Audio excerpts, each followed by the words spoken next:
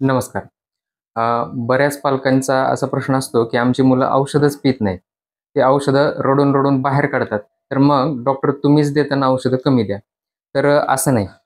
जर बाळाचा आजारच तसा असेल, की त्या आजाराला 3 किंवा 4 औषधं देणं गरजेचं असेल, तर मग बाळ औषधं पीत नाही म्हणून ते औषधं कमी देणं हा त्यावरचा उपाय नाही.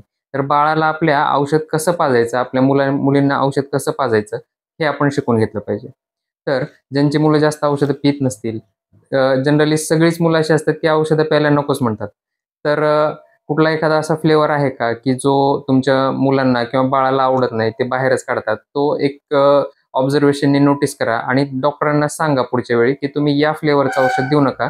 या एखादा स्ट्रॉबेरी किंवा मँगो पर्टिक्युलर फ्लेवर जो बाळ सहजपणे ॲक्सेप्ट करतं, त्याच फ्लेवरची औषधं द्या. दुसरी गोष्ट काय करू शकतो, जर 3 किंवा 4 औषधं एका वेळी दिलेली असतील, तर मग एका वेळी एकच औषध पाजा. पुढचं औषध 15 ते 20 मिनिटानंतर पाजा. त्याच्या पुढचं औषध 15 ते 20 मिनिटानंतर पाजा आणि त्याच्यानंतर शेवटचं औषध त्याच्यापुढे 15-20 मिनिटांनी पाजा.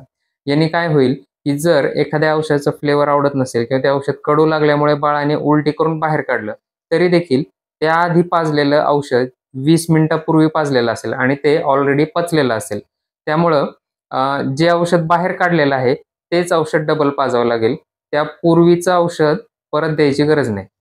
तसंच एका वेळी एकच औषध दिल्यामुळं जनरली मुलं उलटी काढणार नाहीत. मग कारण औषधाचं व्हॉल्यूम सुद्धा तेवढंच कमी असेल. त्यामुळं एका वेळी एकच औषध पाजा. 2 औषधामध्ये 20 मिनिटाचा गॅप ठेवा. त्यानंतर आणखी काय करू शकतो आपण, की जर समजा एखादं औषध पाजलेलं आहे बाळाला आणि त्यानंतर बाळाने लगेच उलटी काढली, तर ते औषध मग बाळाला द्यायचं का परत? तर हो, ते औषध बाळाला परत डोस द्यायचा त्याचा. कारण असं गृहीतच धरायचं आहे, की त्या उलटीमध्ये ते औषध पडलेलं आहे. पूर्ण जरी पडलेलं नसेल, तरी त्याचा डोस तरी कमी झालेला असतो. मग किती वेळापर्यंत असं करू शकतो? तर समजा तुम्ही आत्ता औषध पाजलंय बाळाला आणि पुढच्या 10 मिनिटात त्याला उलटी झाली. तर मग जे औषध उलटी होण्यापूर्वी दिलेलं आहे 10 मिनिटाच्या गॅपमध्ये, ते औषध तुम्ही डबल पाजा बाळाला. कारण ते औषध बाहेरच पडलंय असं गृहीत धरा. कारण तेवढ्या वेळेत ते पचलेलं नसतं. तर मग आता औषध कसं पाजायचं आणि किती गॅपने पाजायचं हे आज आपण पाहिलेलं आहे. ठीक आहे. तर असे यासंबंधी काही तुमचे प्रश्न असतील, तर त्या प्रश्नांची उत्तर मी नक्की देईन. मला खाली कमेंट बॉक्समध्ये तुमचे प्रश्न मेन्शन करा आणि माझा YouTube चॅनल सबस्क्राईब करायला विसरू नका. धन्यवाद.